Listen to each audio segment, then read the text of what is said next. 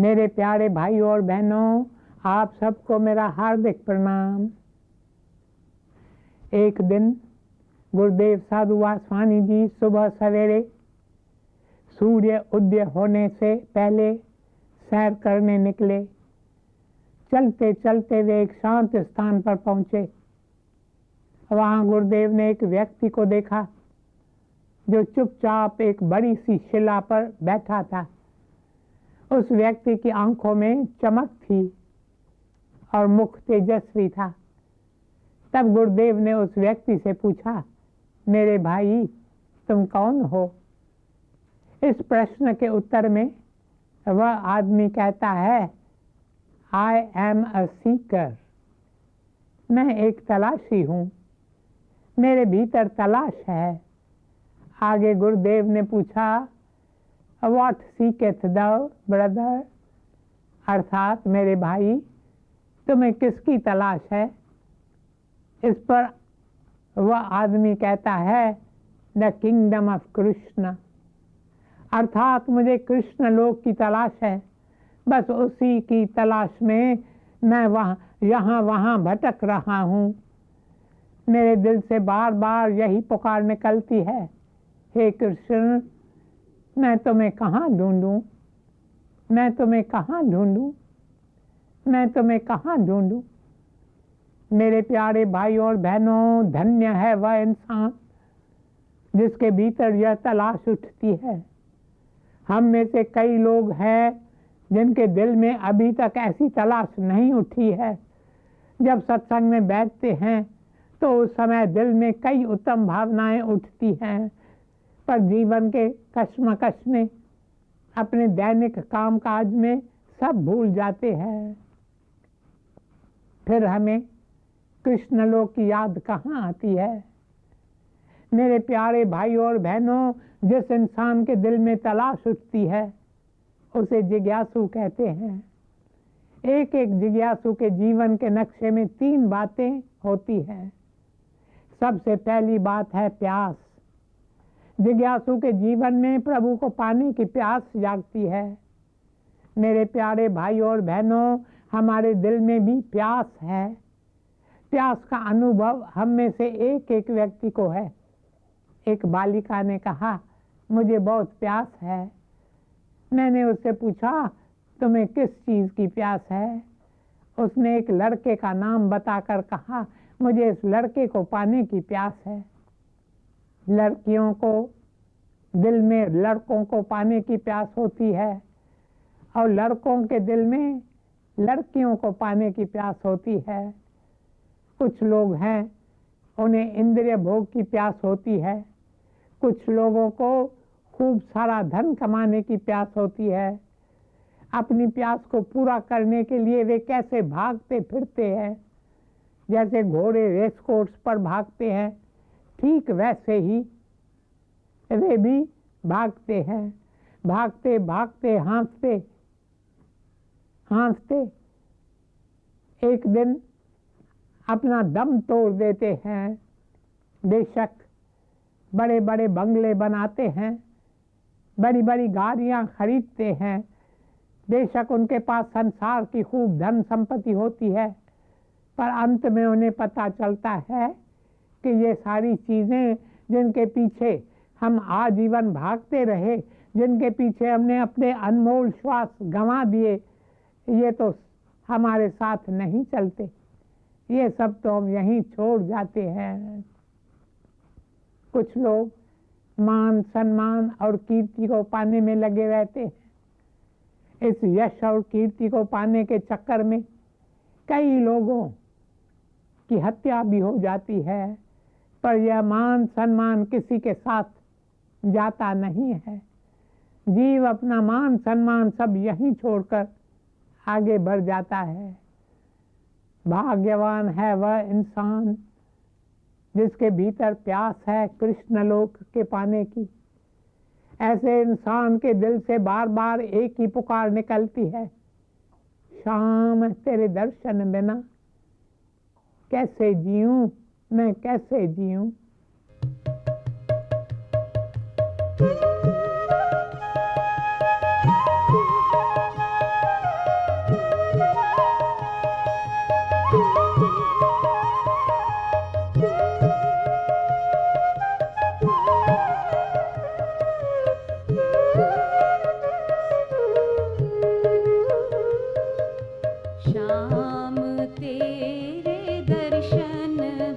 बिना कैसे जीऊं मैं, कैसे जीऊं श्याम तेरे दर्शन बिना कैसे जीऊं मैं, कैसे जीऊं।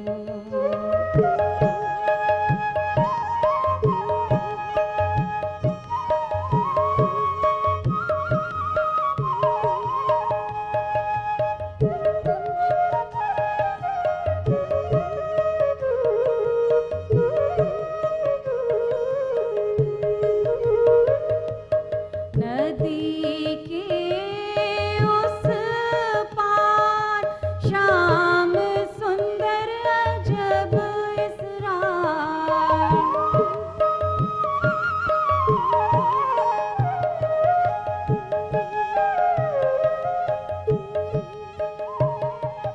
बंसुरी बजाए दिलों को रिझाए, श्याम तेरे दर्शन बिना कैसे जीऊं मैं, कैसे जीऊं श्याम तेरे दर्शन बिना कैसे जीऊं मैं, कैसे जीऊं।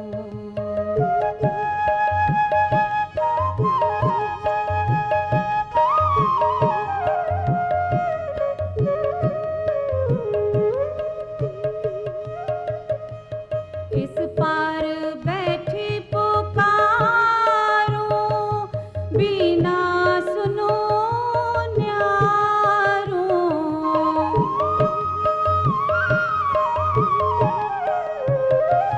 प्रीतम तू तो जाने मैं प्यासी अभागनी, तैरना न जानूं उस पार कैसे आऊं, श्याम तेरे दर्शन बिना कैसे जीऊं मैं, कैसे जीऊं श्याम तेरे दर्शन बिना कैसे जीऊं मैं, कैसे जीऊं, कैसे जीऊं मैं, कैसे जीऊं, कैसे जीऊं मैं, कैसे जीऊं। मेरे प्यारे भाई और बहनों, जब तक हमारे दिल से ऐसी पुकार नहीं निकली है तब तक हम सही मायने में इंसान नहीं हैं। हम में से कई लोग इंसान दिखाई देते हैं पर हमारा जीवन पशुओं जैसा है।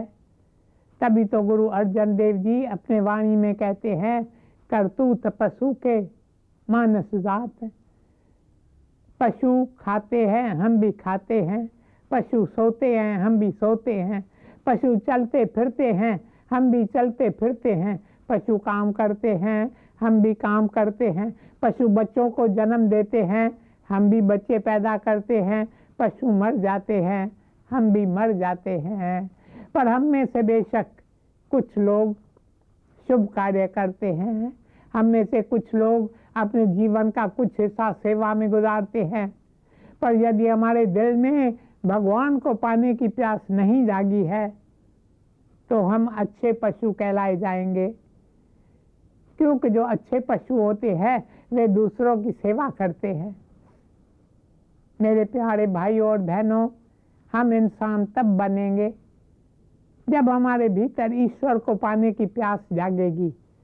इसके लिए मैं आपसे कहता हूँ, प्रतिदिन आप ईश्वर से प्रार्थना करें, हे प्रभु हमें अपने चरण कमलों के लिए प्यास दो, निज भक्ति दो। एकांत में बैठकर ईश्वर से बातें करो, वे आपसे दूर नहीं हैं। ऐसा नहीं है कि सत्संग में आकर ही आप ईश्वर से भेंट कर सकते हैं। आप तो ईश्वर से कहीं भी भेंट कर सकते हैं, वे तो हर जगह आपके साथ हैं। आप उनके सामने बैठकर अपने दिल की बात उन्हें बताओ। जैसे जैसे आप उनसे बातें करने लगेंगे वैसे वैसे आपके भीतर उन्हें पाने की प्यास जागने लगेगी। इसलिए मैं आपसे बार बार कहता हूँ, ईश्वर को पुकारो। I love you God, I want to love you more and more, I want to love you more than anything in this world. I want to love you to distraction. I want to love you to intoxication. Grant me pure love and longing for thy lotus feet, and so bless me that this world bewitching Maya may not lead me astray. हे भगवान, मुझे आशीष दो, मेरी रक्षा करो, ताकि ये मोहिनी माया जो सारे जग को बंधे हुई है वो मुझे तुमसे दूर न करे। जिज्ञासु के जीवन की पहली मूल बात है प्यास। अपने भीतर प्यास जगाओ। इसलिए अपने काम काज के बीच थोड़ा सा समय निकालकर अपने नम्र नैनों से प्रभु की ओर, कृष्ण लोक की ओर निहारो।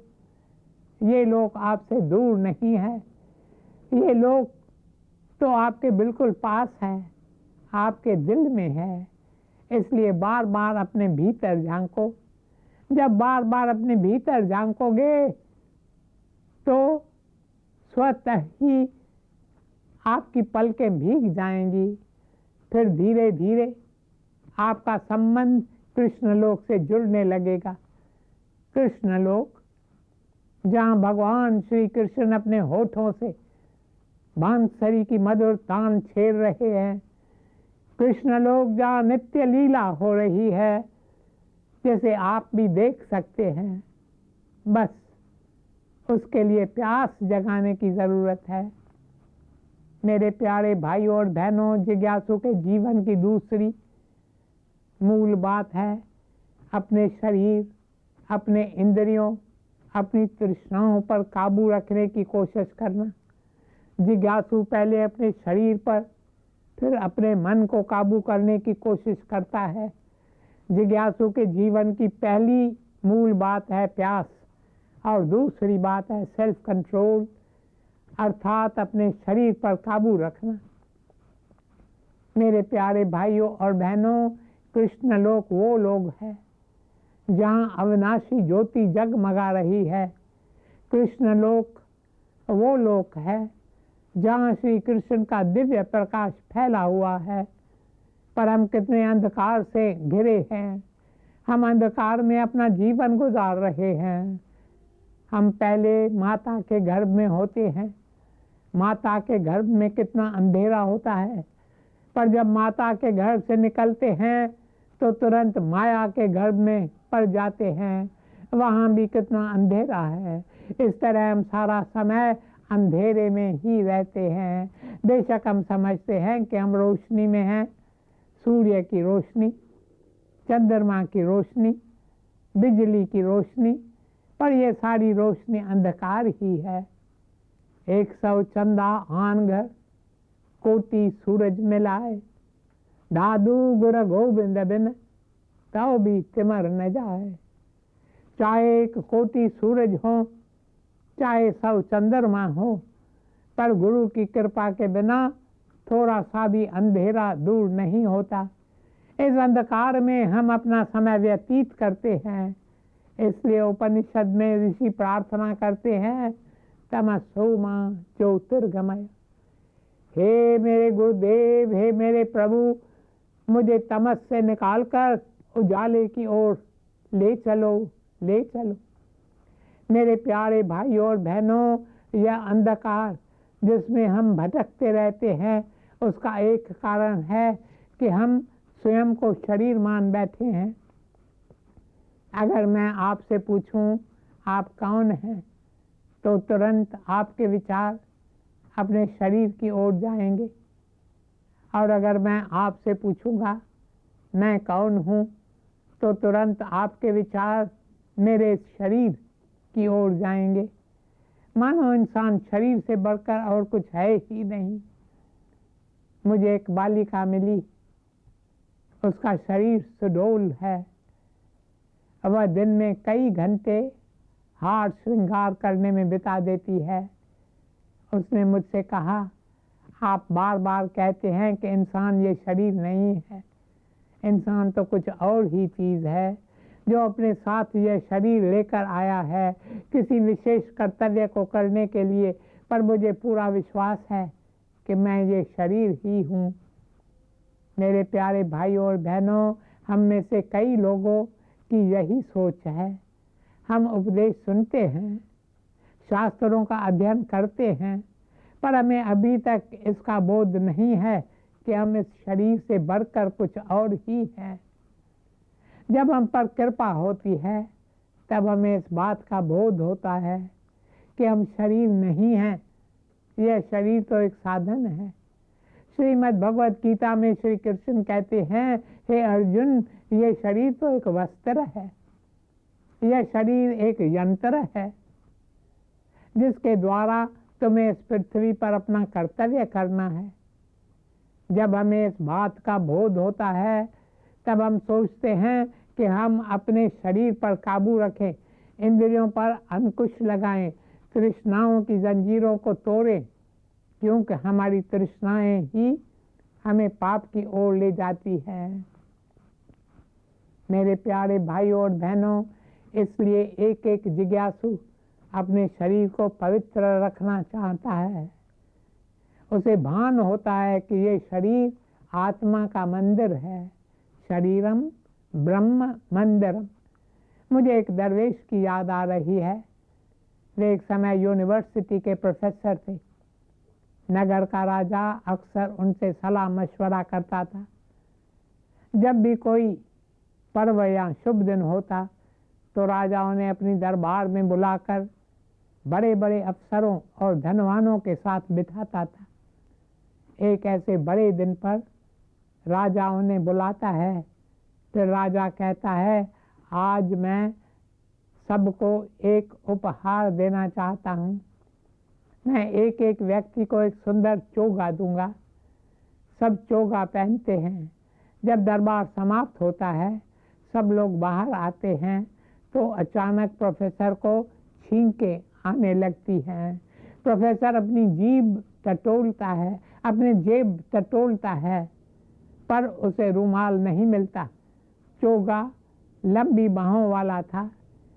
वे उसकी बाह से अपने नाक पूंछता है। कुछ अफसर और धनवान जब यह देखते हैं तो उन्हें बहुत दुख होता है। वे दौड़कर राजा से कहते हैं, इस प्रोफेसर ने आपका अपमान किया है। आपने इसे चोगा दिया और वह उस चोगे से अपनी नाक पूंछ रहा है। यह सुनकर राजा को क्रोध आता है। वह उन्हें बुलाकर कहता है, तुम इस चोगे को पहनने के लायक ही नहीं हो। उतारो ये चोगा और मुझे वापस करो। आज के बाद फिर कभी मुझे अपनी शक्ल मत दिखाना। जब प्रोफेसर यह देखता है तब उसे विचार आता है कि एक चोगा है जो भगवान ने हम में से एक एक को दिया है। वह चोगा है ये शरीर। वह सोचता है, ये अजीब चोगा, ऐसा चोगा तो कोई भी नहीं बना सकता है।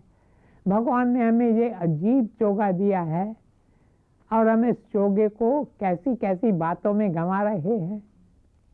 मेरे प्यारे भाइयों और बहनों, एक एक जिज्ञासु को इस बात का भान होता है, इसलिए वह अपने शरीर को निर्मल और पवित्र रखता है।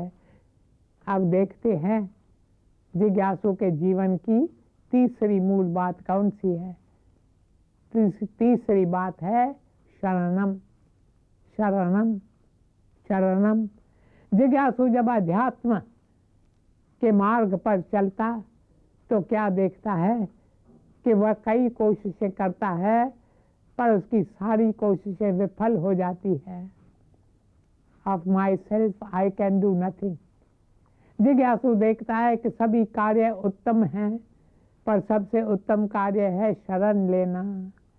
फिर वह श्री कृष्ण की शरण लेता है, सतगुरु की शरण लेता है।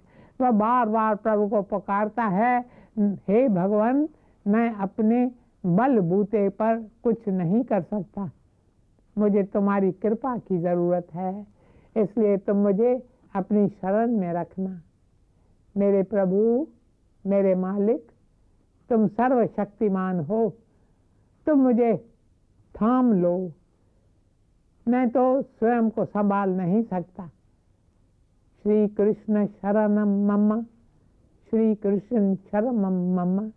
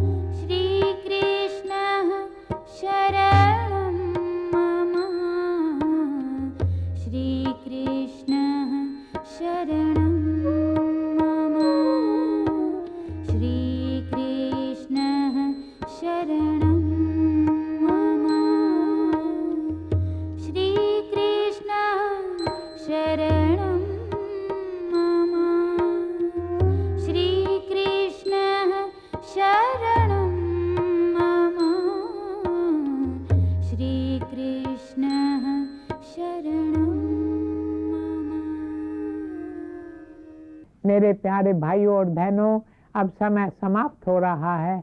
आइए आज हम भी ईश्वर से प्रार्थना करें कि वे हमारे भीतर प्यास जगाएं, हमें आशीष दें, ताकि हम अपने शरीर को निर्मल और पवित्र रखें और उनकी शरण लेकर अपना जीवन सफल करें, सफल करें, सफल करें। ओम शांति शांति शांति।